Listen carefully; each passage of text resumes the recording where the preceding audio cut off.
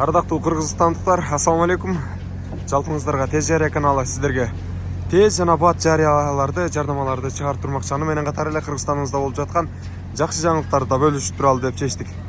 Ош шаарында Курманжанатка көчөсүндө. Тагыраагы Курманжанатка энебиздин атын алып турган көчө Ош шаарыбыздагы оңдоодон түзөөдөн өткөрүп жаткан учур эле. Жолдун четиндеги ар кандай курулуштарды же болбосо кызыл сызык ачып кеткен нерселерди алып, мындан сырткары жолдогу кээ бир дарактарды алып салуу жана ошондой эле суу өтүүчү каналчаларды, лотокторду кеңейтүү иштери жүрүп жаткан, жолду кеңейтүү максатында. Мына жүрүп атат десек болот. Тагыраагы бул жакта алдыга карай жылууда. Бул жерде техникасы иштеп атат, а бул лотоктор турат. Бул жакта болсо жумушчулар иштеп атат. Көрдүңүздөр, мына ушул жумуш десе болот. Бузулган жерлерди көрүп эле, эми качан оңдойт, эми качан болот деп аттыңыздар беле?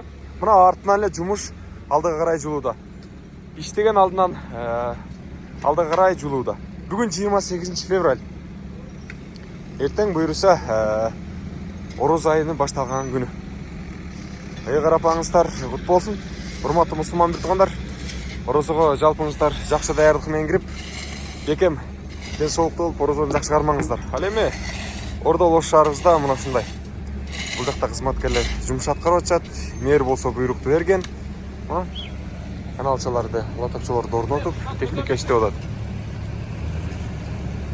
Кыскасы ушундай. Буйруса мындан да сырткары көптөгөн жаңылыктар чыгарып турабыз. Бул кийинки наркы бетине дагы коюлуп бүткөн. О бет полный баштан аяк. Бул жагы Алай гостиницасына чейин, Алай мейманканасына чейин. Ал эми бул жагы болсо дал ушул жол чыракка чейин лотокторду орнотуп келатышат.